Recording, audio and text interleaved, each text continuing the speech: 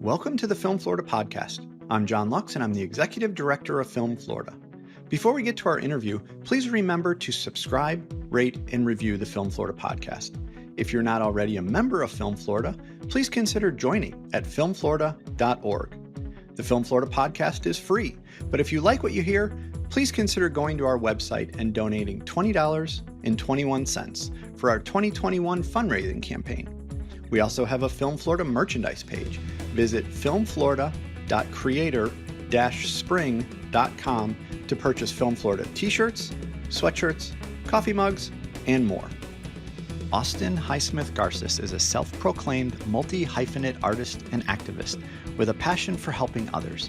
An actress by trade, she's most known for her role as Phoebe in Dolphin Tale and Dolphin Tale 2.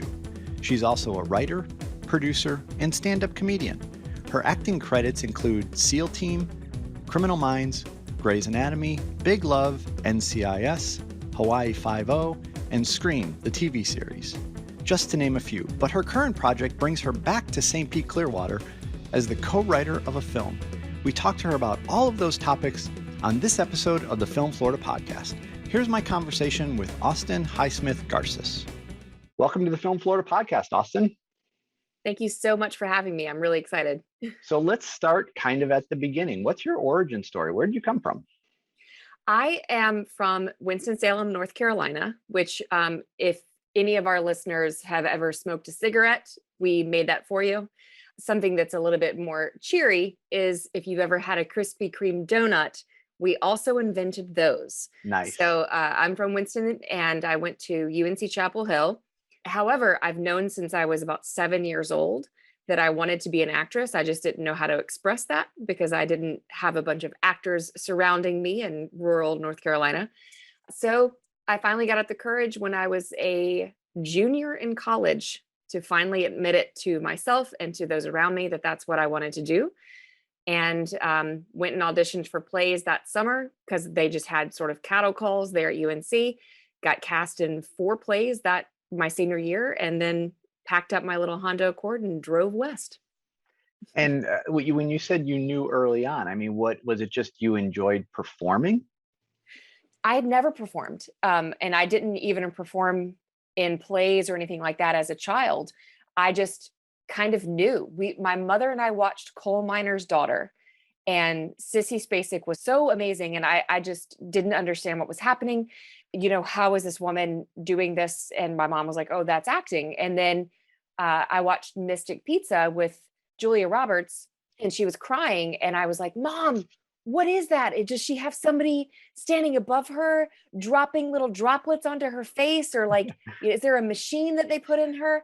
And my mom was like, no, she's having an emotion. And I was just like, oh, I want to have an emotion. And so at about 7 years old, taught myself how to cry on cue. Like in my room, like after I was supposed to be asleep at night, I would teach myself how to have these emotions that was just so foreign. And I just was fascinated by it. And I always kind of just would watch movies and TV going, that's what I want to do. So you packed up your car, went out west. I mean, it's kind of a cliche, but I mean, what did you do? Did you know anybody out there? How did you kind of get started? Well, I've been working since I'm like 12 years old. I was babysitting or, doing random jobs. And in college, I was a lifeguard at the Chapel Hill Tennis Club and ended up babysitting for a lot of the members there. And one of the people that I babysat for regularly said, oh, you're moving to Los Angeles. We have some friends there and they have 2 young children. Maybe we could like hook you guys up and you could babysit for them. So I was like, yeah, sure. Why not? Well, at that time, my father worked for Piedmont Aviation Credit Union, which was a division of U.S. Airways Credit Union. Okay. So we flew for free. And my dad, being the extremely loving father, wants to check out everything before I do it. So he was like, well, let's go meet these people. Because they had also asked if I would house sit for them while they were in their villa in the south of France for the summer, as you do. Sure. I've never used summer as a verb, but that's a goal. Someday I will summer in France. But so we flew out, my dad and I, just for dinner and had dinner with this family. And that's it. That's who I knew in Los Angeles. I lived with them for the first 3 months and house sat for them. And a friend I knew from college moved out with me, and he was my roommate for the first year. And then I started to meet people on my own and went from there. But yeah, other than that family that I was house sitting for, and they weren't even here at the time, and then the one person from UNC Chapel Hill, I didn't know a single soul. And I Wow. just went down the hill because they had a house in the hills in Beverly Hills. And I went down the hill and kind of, rammed into Sunset Boulevard, the Sunset Strip, got a waitressing job there 2 days after I got into town. And that was it. Wow. So then when I look at your credits from 2005 to 2010, you made appearances on a number of television series, CSI New York, Boston Legal, CSI Miami, Grey's Anatomy, Criminal Minds, Castle, among others. Talk about that point in your career. Does anything in those like 5 or 6 years stick out to you where something or someone kind of impacted your career in a big way? I wish that I could say that there was sort of a miracle moment. Up until Dolphin Tale, there really wasn't a job that kind of blew the rooftop off. And I want to talk a little bit about that as well. But that was just, working really hard. And I was fortunate enough to have an agent come see a play that I was in, and she signed me, and she worked really hard. I worked really hard. I'm talking like really hard. Hmm. I kind of don't understand the off switch still to this day. I'm just like, well, the sun's up, so I should be working. But that was just a lot of really hard work, honestly. I finally had gotten some momentum in my career around 2008. I had booked my first guest star, which is, the different levels of Sure. roles that you get on television. And I was super excited. It was, a really big one. It was going to be during sweeps. It was, loaded with lots of guest cast, Elizabeth Moss, Orlando Jones. It was on Ghost Whisperer, which I think I said. And as soon as my episode was getting ready to air, the writer's strike happened. Ah, And then the entire television industry and movie industry pretty much shut down for like 8 months. right. So as soon as I had started to get, and like I had a huge piece coming out in the in the LA Times, it was like a big cover story about like what it was like to be an actor in Los Angeles who was trying to make it. And all of that happened during the writer's strike. So that like all the momentum just kind of went, pew. It was really upsetting. So then it was kind of like trying to crank it back up when it got going. And then Dolphin Tale happened, which continues to be the biggest blessing of my entire career. However, a job is just a job. Like we always think this is going to be it. This is going to be the thing that breaks me, but until that break happens, everything is just a job. Right. I assumed incorrectly that because I was going to be in a huge theatrical release movie with Morgan Freeman and Harry Connick Jr., that was it. That was me making it. And then in fact, it was just kind of like, oh, I still have to just do all of the stuff that I've been doing and work just as hard as I've been doing, maybe even harder. Right. Wow, that this is sobering. Yeah. It's always a fight to stay relevant and to stay working. It's not unlike any other industry. You just have to get up and go to work every single day. And so when you have a very long list of credits. Honestly, when I looked at your list, I wasn't aware of a lot of it, and it was really impressive. And in a sense, when you see Dolphin Tale listed, that doesn't necessarily jump out when you look at all the credits, but I know the film did stick out to you. So like, first, how did you find your way into the role of Phoebe? And then how did you get involved in the film? How did it all come together? It was just a simple audition. So my agent at the time, she has since passed away, rest in peace, Patty. But at my agent at the time, she was an incredibly hard worker and really pushed and pushed and pushed for me to get into rooms. And she would use whatever angle she possibly could. And so, obviously with Phoebe, there was going to be a lot of work in the water. I've been a swimmer since I'm 4 years old. So she really tried to rely heavily on my swimming abilities to get me into the room. And when I originally got the audition, I was like, there's zero chance of me getting this, because Harry was already signed on. Morgan was already signed on. Ashley, like all these huge, A-list actors were already committed to the movie. And I went into the audition, and I remember like looking around. It wasn't even with the casting director themselves. It was with like not even the associate, but like the lower level assistant that was just kind of taping all of us like lower people. And every girl in the room was in a sundress. And I was in like a ratty tank top with like some, board shorts and flip-flops. because I was a lifeguard for forever and I had done a bunch of research on how dolphin trainers dress, and they were, normally in wetsuits, but obviously I didn't like have one. Right. And I wasn't also going to wear that to an audition. That would get a little hot. I'm just like, oh man, I have no chance of getting this. Like all these girls are like, they've got their hair down and curled. Mine's up in a ponytail. Oh, this is, I missed the mark on this one. And then I get in there and the guy asks me, he's like, so tell me, like about your swimming. And I start rattling off. I'm like, oh, well, my mile time is okay right now. It's like around, 38 to 36 minutes. I'm trying to get it lower. And he just kind of glazed over and I went, oh, you mean, can I swim? Yeah, I got that. Then I just did the audition and moved on. And I had heard that Hayden Panettiere had gotten the role, or Haley Duff had gotten the role. And I was like, okay, well, that was a fun audition. I had a really good time working on it. It was a sweet script. And then I was filming a episode of Castle, and my agent calls me. It was like, 10 o'clock in the morning. I'm out at breakfast with a friend of mine. And she said, hey, is there any way you can get over to Alcon Entertainment over on Santa Monica Boulevard in the next hour? And I was like, for what? And she said, you've got to meet with these people from Dolphin Tale. And I was like, why? And she was like, I don't know, but they want to meet with you. And I was like, okay. And I happened to be dressed up because I had an audition that day. So I was like, all right, I mean, I just got to pay him a check, And I went over there and I'm meeting with Steven Wegner, who was a executive producer on the movie and an executive at Alcon. I had never even heard of Alcon because they're a smaller, production company, obviously, Right. that had an output deal with Warner Brothers, who was everybody's heard of. Mm-hmm. And Steven Wegner kept going, oh, well, when you get to Florida. And I'm going, why am I going to Florida? And I was too scared to ask him because I didn't want to just assume. And I didn't want to say so do I have the role? And he ended up kind of insinuating that I had the role in the room. But of course I would have to get Winter's final approval, because if she's working with me the whole movie, if she hates me, it's not going to go well. But Winter doesn't hate anybody.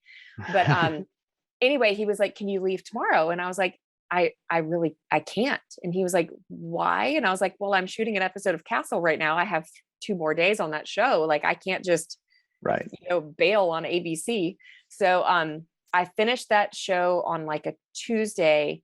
And then by Thursday I was on a plane to Florida, and I had to get my, my final say from Winter. Luckily she said yes. And that was that. But I mean, honestly, it happened so fast. It went really slow and then really fast.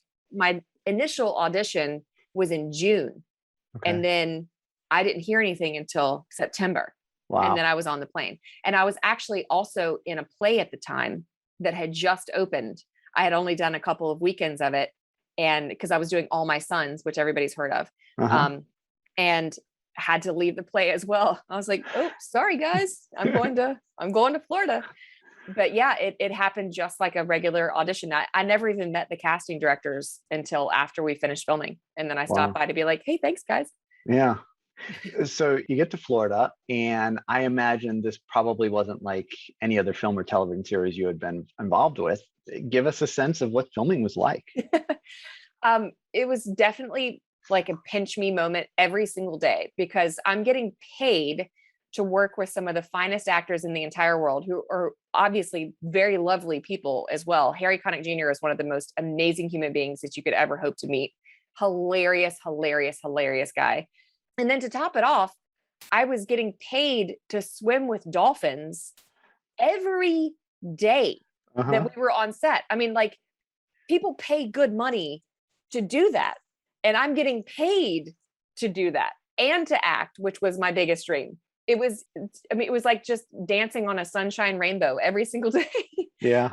And then just to add a giant cherry on top, everybody from the cast and crew were we all really got along incredibly well, which, as you know, the alchemy of a film set is always up to chance. You don't know if there's going to be that one personality that just kind of blows it all, or that, everybody can't stand being around. Everybody was lovely. We all got along. Cozy and Nathan and David Yates, who you know very well, he says hello, by the way, became, some of my closest friends. I talked to them every single day. Cozy was in my wedding. She was one of my bridesmaids. Yep. Whenever you do a movie or TV show, movies more so than TV, because TV is so quick.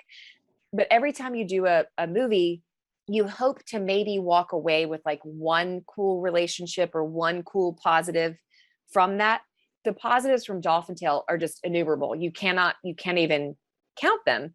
And Right. then obviously when we did that movie, that was it. It was a standalone script. There was no intention whatsoever for a sequel.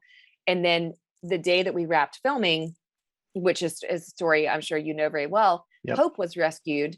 And I got to actually like watch that happen. I got to watch her be taken out of the back of this ambulance and lowered down into a pool. And all the dolphin trainers are doing all of their things. And I immediately thought in that moment, wow, I played that completely wrong in this movie that I just finished. And now I'm watching it in real life and I did none of this correctly.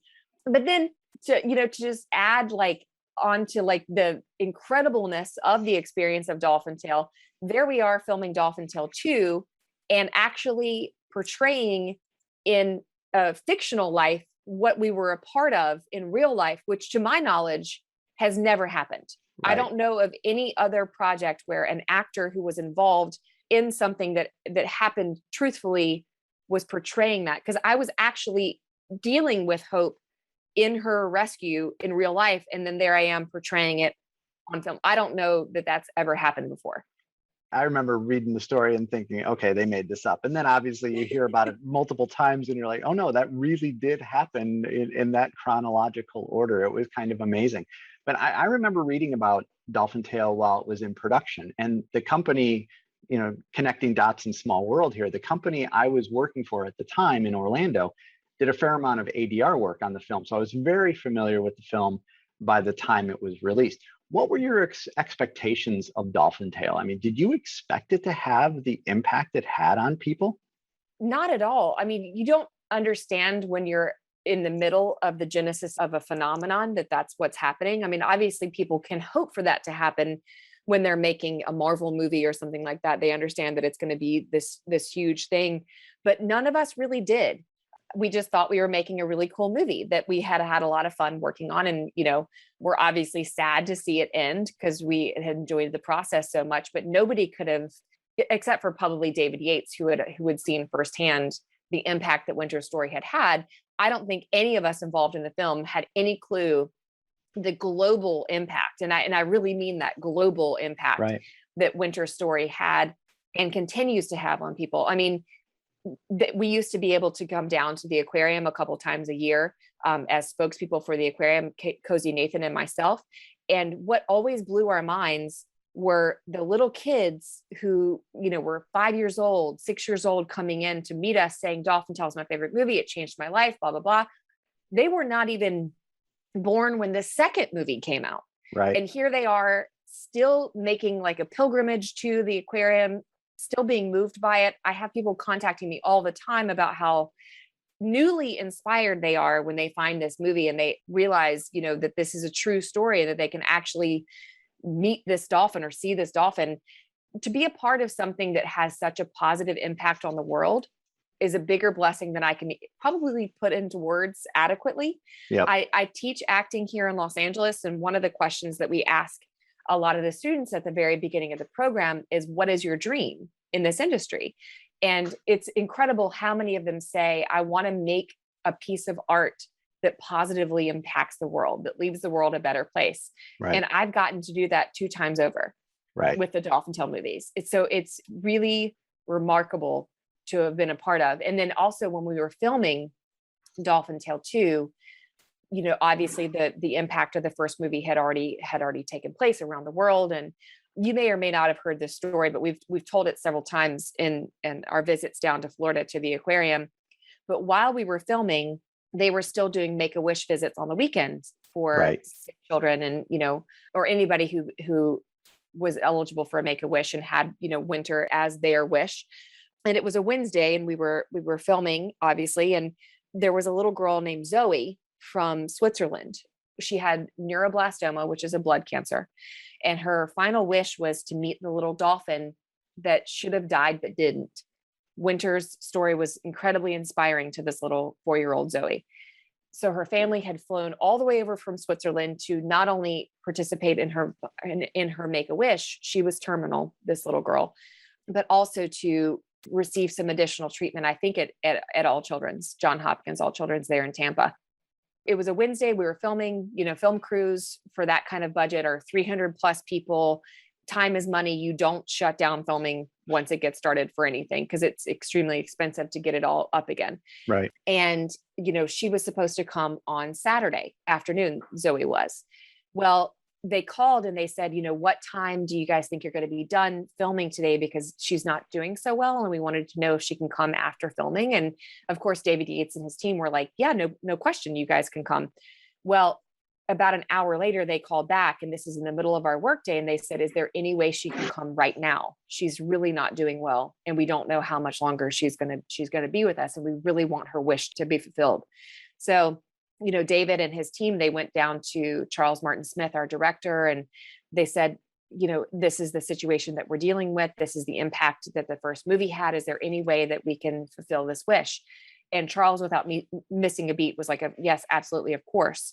So our entire production shut down, and little Zoe and her family, her sister and her parents came and got to fulfill her final wish. And it was such an unbelievable moment, because as a film crew and film family, we were witnessing firsthand the impact that the first movie had globally on people's lives, and like fulfilling their final wish on this planet. Mm-hmm. As we were continuing this story. And it was, there wasn't a dry eye in the house. These hardened crew members with tattoos all over their bodies were just sobbing. We were all sobbing, witnessing this little girl's wish come true. Yeah. And they taped it for her. Our photographers went down there, like our cinematographer, Darren Okada, got down there with a camera and was able to really capture this whole moment for the family. And it was such it was life-changing. I will never forget it. I have it somewhere. I have the Zoe mm-hmm. wristband that they gave us, that the family gave us that day. It was incredible. And we were like, whoa, this is why we're here, because of little girls like this. Lives that are being changed by us telling this story. That's why we've been given this opportunity to come back and make a second movie, because it's just going to continue our ability to change lives with this story. Yeah. And that's amazing. And going back to what you said earlier, a job is a job, and everybody feels that way. And then all of a sudden you just kind of get hit with, wait a second, this is more than just a job right now. Yeah. Yeah. Absolutely. Yeah. And now, since Dolphin Tale 2, you wrote and illustrated a children's book. How did you get into that? So that's a funny story, because it actually has a Florida connection as well. So part of our time when Nathan and Cozy and I were fortunate enough to be able to be spokespeople for the aquarium, we would visit John Hopkins All Children. And that came about because he was a child then, Cole Eicher. He was a brain cancer survivor, came to one of our meet and greets when I was down there by myself and said, I would really love it if you guys would go visit the all children's hospitals when you're down here, because they saved my life. And we oftentimes would have people come around and just, give out an encouraging word or maybe a stuffed animal or something. And it really helps break up the day of the children in the hospital. So we kept in touch with Cole. I still talk to Cole. He's a resident of the Tampa Bay area, and he has a phenomenal charity called Go Gold for Childhood Cancer, which is all about raising awareness of childhood cancers and preventing them and providing treatment for the kids and everything. So anyway, one time we went down to All Children's with Cole and did a tour, and then it became just the norm. We did that every single time we would go down there. We would visit the children. Well, this was I think in Christmas of 2017. It was our very last room that we were visiting on our tour. We would spend several hours there. And the very last room we went into, I turned the corner and I looked at this little girl, and I looked in her face, and I turned to her mom and I said, "Oh, does she have post-orbital cellulitis?" And her mom was like, "I'm sorry, are you a doctor?" And I was like, "No, I just had that when I was 2 years old, and she looks like my baby pictures." And her mom just burst into tears, and she was like, "You didn't die. You're not blind. You're okay. Oh my gosh, you're not deformed. Like nothing happened to you." And I was like, "No, I spent several weeks in the hospital, but I'm okay. And, here's my scar, and, she'll be great too." And, I'm just thinking like, oh, how neat. And, we walk out of the room and David Yates, Cozy, and Nathan were like, I'm so sorry. What was that? And I was like, oh, she just had that life-threatening disease that I had when I was a child, and she's going to be fine. And I was fine, blah, blah, blah. And they're like, no, I'm sorry. You got to slow down. Like, you can't just gloss over this. How come we've never heard this? Well, it's something that I had never considered to be noteworthy. It just wasn't. Mhm. And so I told them the full story about when I was 2 years old. My mom came to pick me up from the babysitter, and my eye was swollen shut and purple and like protruding out of my face like a baseball hit, had just been implanted behind my eye.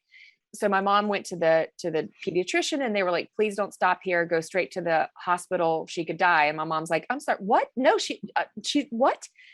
I had just caught something called post-orbital cellulitis, which little kids can catch just like a common cold. And it had caused an infection behind my eye that had to be immediately surgically removed, or else I was given a 50-50 chance of survival through the night. And this was right at Christmas. It was an extremely cold Christmas in Winston-Salem, North Carolina. And my dad, just overcome with like grief and stress and worry, went down to the Christmas tree at the children's ward in the hospital, which is a giant Christmas tree.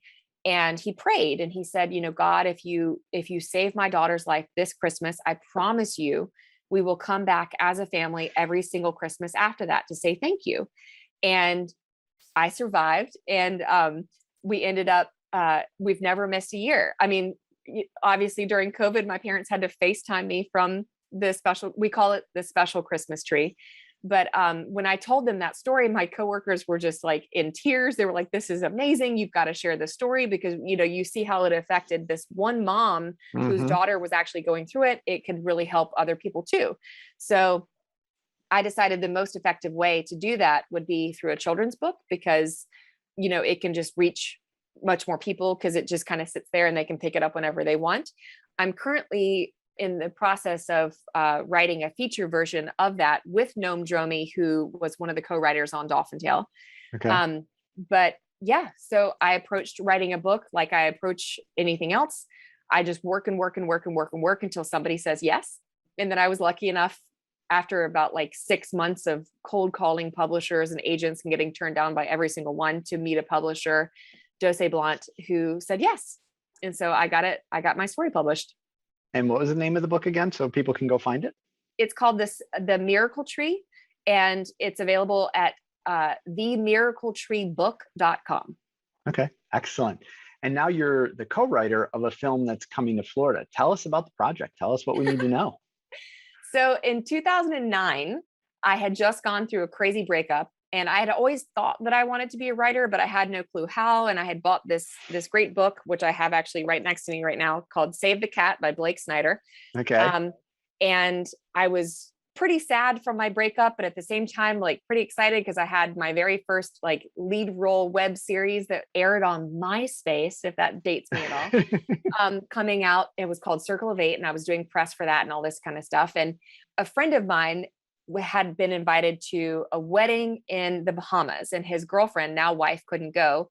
And he was like, you need a cheer me up. Like, you've just gone through this breakup, like come down to the Bahamas with me for 5 days. And, you can just hang out in the hotel and do whatever.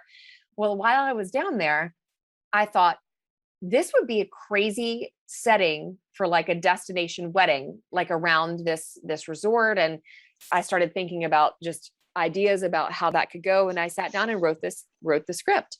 It was terrible. It was awful. It was my first script I've ever written. And as everybody's first scripts are, it was really bad. But I knew that there was like something fun and funny there. And so in 2016, I think, yes, 2016, because I had just gotten married and we were going to Fiji, I contacted a friend of mine, Brendan Bradley, who had just done what's called a travel movie, where the movie is basically written and structured around promoting tourism for a specific area. He had just done this in Turkey. And so I reached out to him and said, listen, I have this script that I wrote. It's awful. It needs a lot of work. But, and at that time, I didn't know anything about rewriting. I hadn't taken any writing classes. I really hadn't done anything. I was a baby writer, and asked him if he would help me rewrite it. And so he said, sure. he came in kind of like, he just took the story and sort of flipped on its head a little bit. And he came up with the current title, which is The Plus One. And we wrote this script together, which is a really fun romantic comedy ensemble about a wedding weekend where the bride's best friend, which is a man, so he's the man of honor, brings the ex that everybody can't stand as his plus one to the wedding. And she just, because she's just a tornado of a human being, tries to wreck everything, and everybody's trying to kind of get her out of the way. So that's what we're doing. Ashanti is playing the bride in the movie. I'm excited. And from the department of, David Yates is a blessing for Florida. How did you find your way to doing it here in Florida? Okay, so that's another funny story. So at the end of 2019, I did a movie with a guy named Danny Roth. And Danny is one of the rare people in Hollywood that when he says he's going to do something, he actually does it. He's like, one of those producers that goes, I can find financing, and you believe him because he can. And so he had gotten the script to Ashanti, and she really loved it and wanted to do it. And so he was looking for a way to get this movie made. And he was in Oklahoma doing back-to-back movies, because that's where we shot my first produced script, is in Oklahoma with Danny in May of 2020 in the middle of the pandemic. So he was trying to get it made in Oklahoma. And I was like, it's a tropical location. And I know we had like changed the location to Fiji, which is obviously untenable because of, everything. Right. But I was like, what about Florida? And he was like, no, they don't have any film incentives. And I was like, well, they may. And he was like, oh, so what? Like, it's a secret? And I was like, well, I can find out, because there's one person I can call and he will know everything. And so I called David Yates. And I was like, hey, David, there isn't by any chance like some secret film incentives in Florida, is there? And he was like, yeah. And he was like, Pinellas County has really great film incentives. Let me call the film commissioner, which is Tony Armour, who's an incredible guy. So we hopped on a call the very next day with Danny Roth, David Yates, and Tony Armour. And then the ball just started rolling from there. And now it's like, David and Danny talk every day, and they're already making 4 other movies together. And so, yeah, it was just one phone call to the incredible, I call him Sir David Yates, because he's just too good to just go by Mr. Yep. But yeah, so this was all just a David Yates Dolphin Tale connection. That man, yep. I always say that if David Yates wakes up in the morning and a mountain has been placed in his path, he looks at it and goes, oh, I'll move it, and just continues about his way. It's just, there's nothing that's impossible for that guy. Yeah, David's been a great friend of our organization, and obviously Tony Armour as well. Tony's been a longtime member, so we love them both.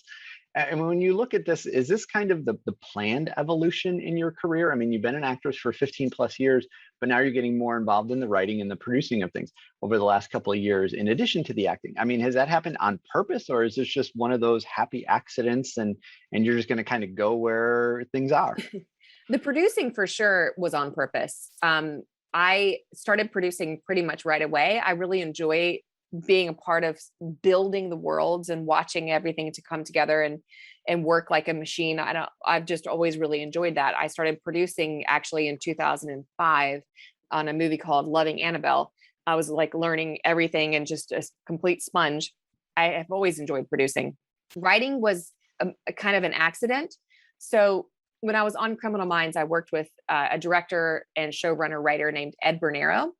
And one day he just looked at me and was like, you're a writer. And I was like, no. And it hadn't really been something that I had considered, but he was very adamant. He was like, no, I can tell by the way that you speak. I can tell by, the way that you tell stories that you're a writer, you're a storyteller.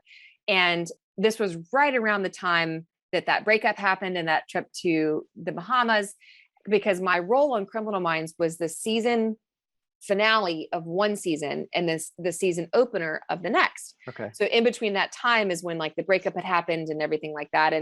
And I had gotten Save the Cat. So I'm on set of Criminal Minds for the second episode.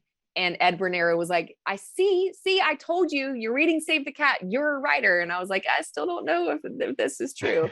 And I didn't really have the courage to pull the trigger on like actually pursuing this. But then when we were on Dolphin Tale 2, they dared me to try stand-up comedy, which is, pretty much the scariest thing in the world. Yeah. And so I did what I normally do. I went and took a class. I learned how to do stand-up comedy. A great comic, Jody Miller, taught my class, and she helped us structure everything. And I did stand up for several years. It's still to this day the most terrifying thing that I've ever done. And at one point I did a 20-minute headlining show, and my brain kind of erased the whole experience. I know it happened because I have it on camera, but I don't remember it. And I was like, if my brain is erasing an experience, I don't think this is fun. So that was my last show, but stand up did what it was supposed to. And it got me writing, because it generated the idea machine, like that going. And so then from that, my stand-up sets, I wrote several comedy pilots or comedy movies or something like that, just based on my stand-up jokes. But it really got that sort of creative ball rolling in my life as far as writing. And so I still didn't have the courage to just jump in. So I kept taking classes. I took a film writing class. I took a comedy pilot writing class. I took drama writing pilot class, because I wanted to know more from people who had actually done it. As how do you sit down and do this? What is your process? How do you get in all of these different things? How do you rewrite? So that was very purposeful as far as me writing scripts. And then, I just realized I have just innumerable ideas. I watch TV, I hear a song, I do whatever. And I'm like, oh, this could be a movie. Oh, this could be a show. And I'm really enjoying the process of writing.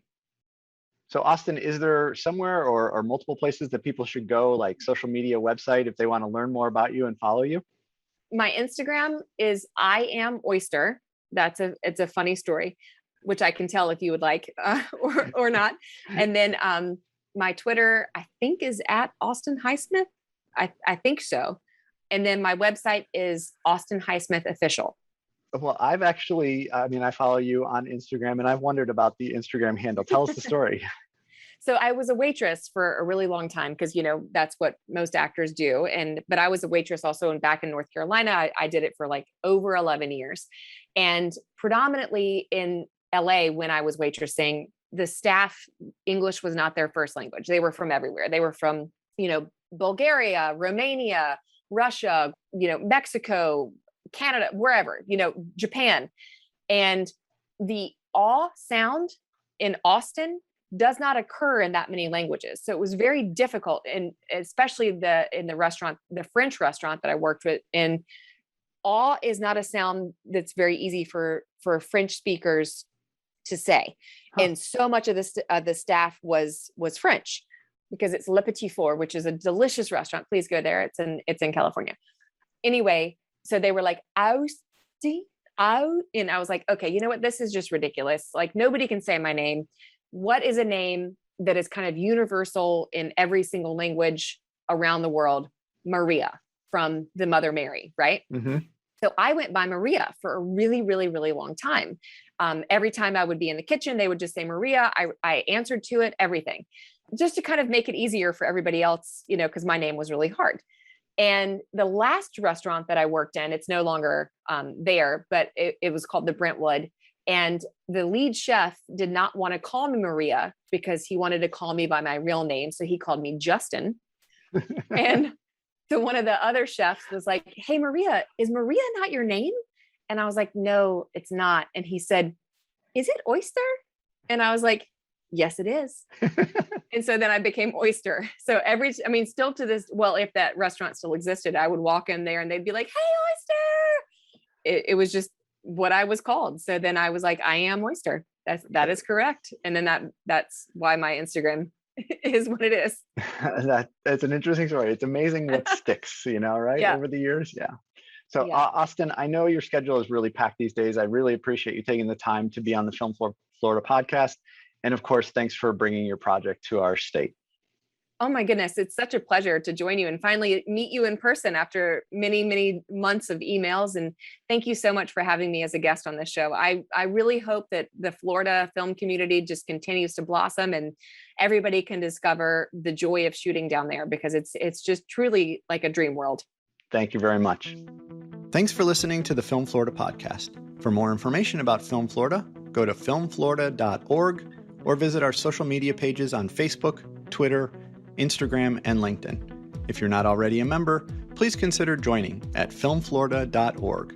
If you like what you hear on the podcast, please consider going to our website and donating $20.21 for our 2021 fundraising campaign. Check out the Film Florida merchandise at filmflorida.creator-spring.com. And please remember to subscribe, rate, and review the podcast.